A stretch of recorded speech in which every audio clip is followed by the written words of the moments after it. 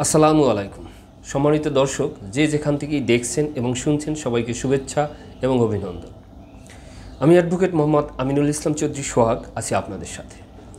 সম্মানিত দর্শক, অনেকে হয়তো শুনেছেন, আবার অনেকে আজকে হয়তো নতুন জানবেন যে 2025 সালের ভিতরে 11 ধরনের দলিল বাতিল হতে যাচ্ছে।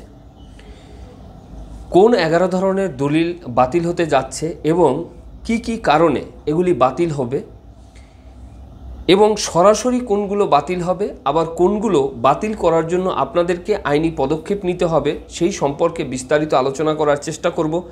আশা করি সবাই সাথে থাকবেন। আর আপনাদের কাছে আমার রিকোয়েস্ট থাকবে, যারা এখনও এই চ্যানেলটি সাবস্ক্রাইব করেননি দয়া করে চ্যানেলটি সাবস্ক্রাইব করে দিবেন, আর যারা ইতিপূর্বে সাবস্ক্রাইব করেছেন এজন্য অসংখ্য ধন্যবাদ। সম্মানিত দর্শক, 11 ধরনের দলিল বাতিল হতে যাচ্ছে। কবে? এই 2025 সালে। এখন কথা হলো, কোন 11 ধরনের দলিল বাতিল হতে যাচ্ছে। সম্মানিত দর্শক, 11 ধরনের দলিল বলতে যদি আমি বুঝাই, তাহলে কিন্তু সব ধরনের দলিলই কিন্তু এর সাথে ইনক্লুড হয়।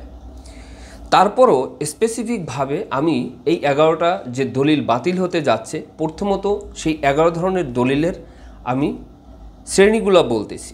প্রথমেই হলো হেবা দলিল, এওয়াজ বদল দলিল, সরকারি খাস জমি, জবরদখলকৃত জমি, জাল জালিয়াতির মাধ্যমে যে দলিল সৃজিত হয়েছে সেই দলিল, সাবকবলা দলিল, বন্টননামা দলিল, যৌথ সম্পত্তি দলিল, খতিয়ানে বিভ্রান্তিমূলক অর্থাৎ খতিয়ান এলোমেলো সেরকম কোনো দলিল থাকলে সেই দলিল,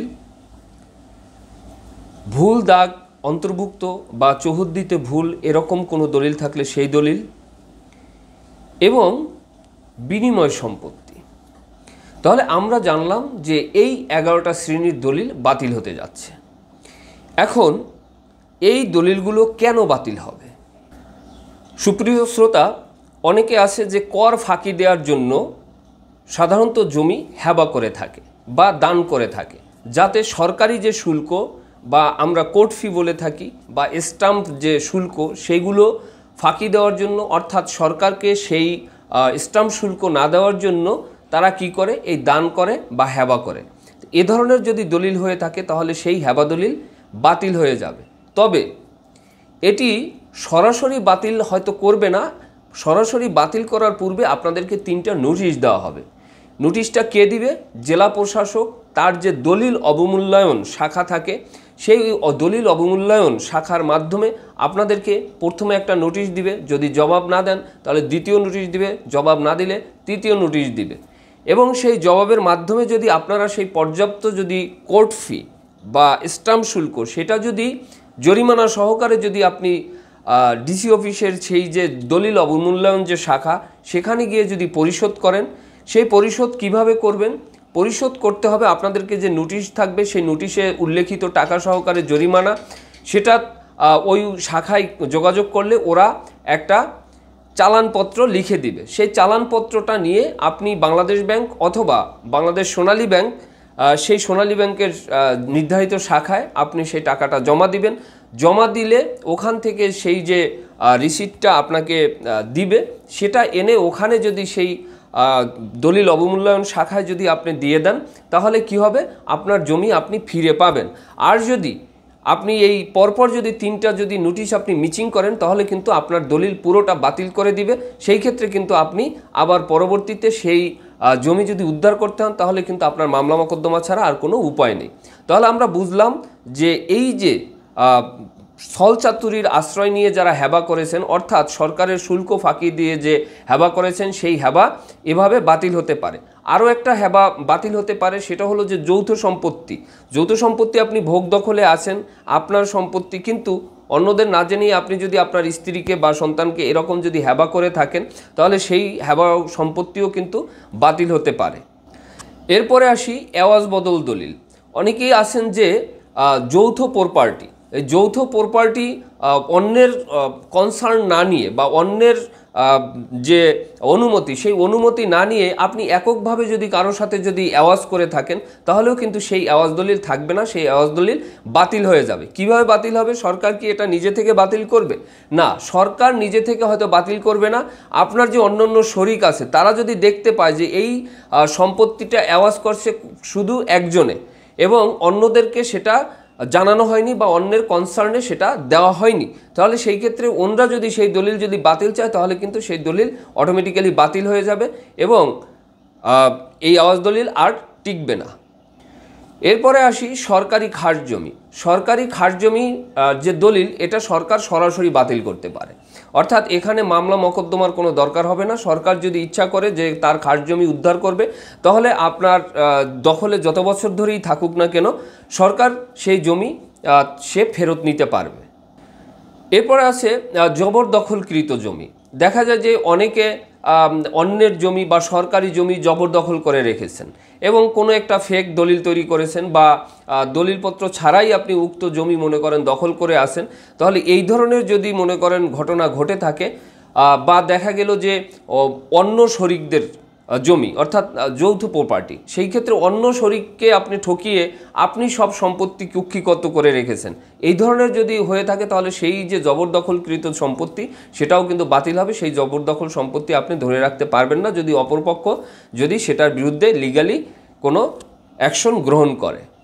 এরপরে আসছে জাল দলিলের জমি। আমরা জানি যে আসলে মানুষের জমি জবরদখল করার জন্য কত ধরনের জাল বা ফেক দলিল করতে পারে। অনেকে দেখা যায় যে ভলুয়ামই পাওয়া যায় না, আবার অনেকে দেখা গেছে যে ভলুয়াম টলুয়ামে আছে ঠিকই, কিন্তু যে ব্যক্তির জমি সে নিজেই জানে না যে সে কবে বিক্রি করছে। অথবা দেখা গেল যে যার মাধ্যমে এই টিপসই বা জাল নকল করা হয়েছে, সে জমি সে যতদিন জীবিত ছিল ততদিন এই দলিল আর বের করেনি। যখন সে মারা গেল তার কিছু বছর পরে দেখা গেল একটা নতুন দলিল বার করলো এবং বলল কি তার ওয়ারিশদেরকে যে তোমার বাবা বা তোমার দাদা আমাদের কাছে জমি বিক্রি করে গেছে। তাহলে এই জমি যদি ফেক না হয়ে থাকে বা এই দলিল যদি ফেক না হয়ে থাকে, এটা যদি অরিজিনাল দলিল হয়ে থাকে, তাহলে এতদিন তারা কেন আঙ্গুল চুষছে ঘরে বসে বসে? সুতরাং এটা ধরে নিতে হবে যে এটা ফেক এবং এটা জাল দলিল। সুতরাং এই জাল দলিল আপনারা বাতিল করতে পারবেন, সেটা স্পষ্ট বলা আছে। এরপর আসছে সাত কবলা দলিল। এখন বলতে পারেন যে সাত কবলা দলিল আবার কিভাবে সরকার বাতিল করে দিবে? দেখুন, সাত কবলা দলিল বলতে এটা বোঝানো হয়েছে এখানে যে আপনার সম্পত্তি যৌথ, অর্থাৎ যৌথ প্রপার্টি। এখন দেখা গেল সেই যৌথ প্রপার্টির ভিতরে আপনি মোট 50 শতক জমির ভিতরে আপনি পেয়েছেন 10 শতক বা 15 শতক, কিন্তু আপনি পুরো 40 শতাংশ বা 35 শতাংশ অর্থাৎ আপনার যে সাহাম, আপনার যে হিস্সা, সেই হিস্সার অতিরিক্ত সম্পত্তি আপনি বিক্রি করেছেন। তাহলে এই যে অতিরিক্ত যে সম্পত্তি আপনি যতটুকু বিক্রি করলেন এবং যে ক্রেতা যে কিনলো তার দলিলটা বাতিল হবে কতটুকু? যতটুকু অতিরিক্ত ততটুকু, অর্থাৎ অতিরিক্ত যে সম্পত্তি লেখা হয়েছে সেই সম্পত্তি বাতিল হয়ে যাবে যদি কেউ এর বিরুদ্ধে লিগ্যালি অ্যাকশন গ্রহণ করে। এরপর আসছে বন্টননামা দলিল। বন্টননামা দলিলটাও এরকম যে যৌথ প্রপার্টি বা জয়েন্ট প্রপার্টির ক্ষেত্রে অন্য শরিকদের না জানিয়ে একজনের সমুদয় সম্পত্তি বিক্রি করে দিছে। যদি এরকম ঘটনা ঘটে থাকে, তাহলে ওই যে অন্যদের যে শরিক তাদেরকে বঞ্চিত করে যতটুকু বিক্রি করা হয়েছে ততটুকুর জন্য দলিল বাতিল হয়ে যাবে। এই দলিল টিকবে না, টিকবে ততটুকুই ওই ভদ্রলোক যতটুকু পাবে ততটুকু। সুতরাং অন্যের জমি আপনি নিজের মনে করে সম্পূর্ণ বিক্রি করে দিলেন, এ ধরনের বিক্রি বাট্টা কোনো কিছুই টিকবে না। এরপর আসছে যৌথ সম্পত্তির দলিল, যেটা একটু আগেও বললাম যে বন্টন দলিলের মতোই যৌথ সম্পত্তি। অর্থাৎ বন্টন দলিল কি? বন্টন দলিলটা হলো যে সবার সম্পত্তি আলাদা আলাদা করে বন্টন করে তারপর বিক্রি করতে হবে, কিন্তু আলাদা আলাদা না করে দিয়েই একজনের সমুদায় সম্পত্তি বিক্রি করে দিছে, অথবা তার যে সাহাম বা হিস্সা তার থেকে অতিরিক্ত বিক্রি করে দিছে। এইটা গেল বন্টনের ব্যাপার। তো পরে যেটা আসছে যৌথ সম্পত্তি, যৌথটাও এই একই ঘটনা, অর্থাৎ বন্টন না করে বা অন্যের অংশ না বুঝিয়ে দিয়েই একজনে বা দুজন মিলে পুরো সম্পত্তি বিক্রি করে দিল। এ ধরনের যদি দলিল থাকে তাহলে সে দলিল টিকবে না, সে দলিল বাতিল হয়ে যাবে। এরপরে আসছে খতিয়ানে ভুলভ্রান্তি। অনেকেই আছে যে আপনার 573 নম্বর খতিয়ানের সম্পত্তি আপনি ক্রয় করেছেন, কিন্তু দেখা গেল যে সেই সম্পত্তি অনেক আগেই অন্য কারো কাছে বিক্রি হয়ে গেছে, অথবা দেখা গেল যে আপনার কাছে যে খতিয়ান উল্লেখ করেছে আপনার দলিলে সেই খতিয়ান তার না, সে অন্যের একজন খতিয়ান, সেই খতিয়ানে মূলত উনি প্রকৃতপক্ষে মালিকই না। এরকম যদি কোনো বিভ্রান্তি হয়ে থাকে বা এই ধরনের যদি কোনো গোলযোগ হয়ে থাকে তাহলে কিন্তু সে দলিল টিকবে না।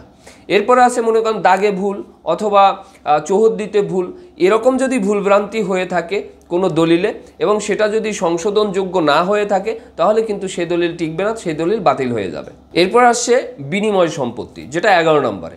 বিনিময় সম্পত্তি আমরা জানি যে বাংলাদেশ থেকে যারা 65 সনে যে ভারত পাকিস্তান যে যুদ্ধ হয় তা সেই প্রেক্ষাপটে যারা বাংলাদেশে সম্পত্তি এবং ভারতের যে সম্পত্তি, এই দুইটা জায়গার সম্পত্তির মধ্যে সাধারণত বিনিময়টা হয়েছিল।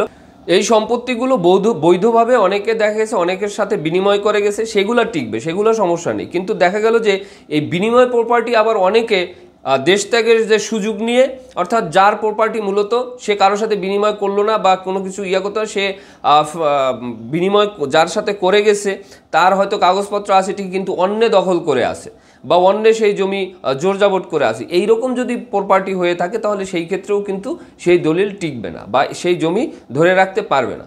তাহলে সুপ্রিয় শ্রোতা, আমরা আজকে এই ভিডিওর মাধ্যমে কি জানলাম যে এই যে 11 ধরনের দলিল, সেই দলিলগুলো কোন কোন পর্যায়ে সরাসরি খারিজ হবে অর্থাৎ সরাসরি বাতিল হবে এবং কোনগুলো সরাসরি বাতিল করা যাবে না, সেই ক্ষেত্রে আপনাদেরকে আইনি পদক্ষেপ নিতে হবে।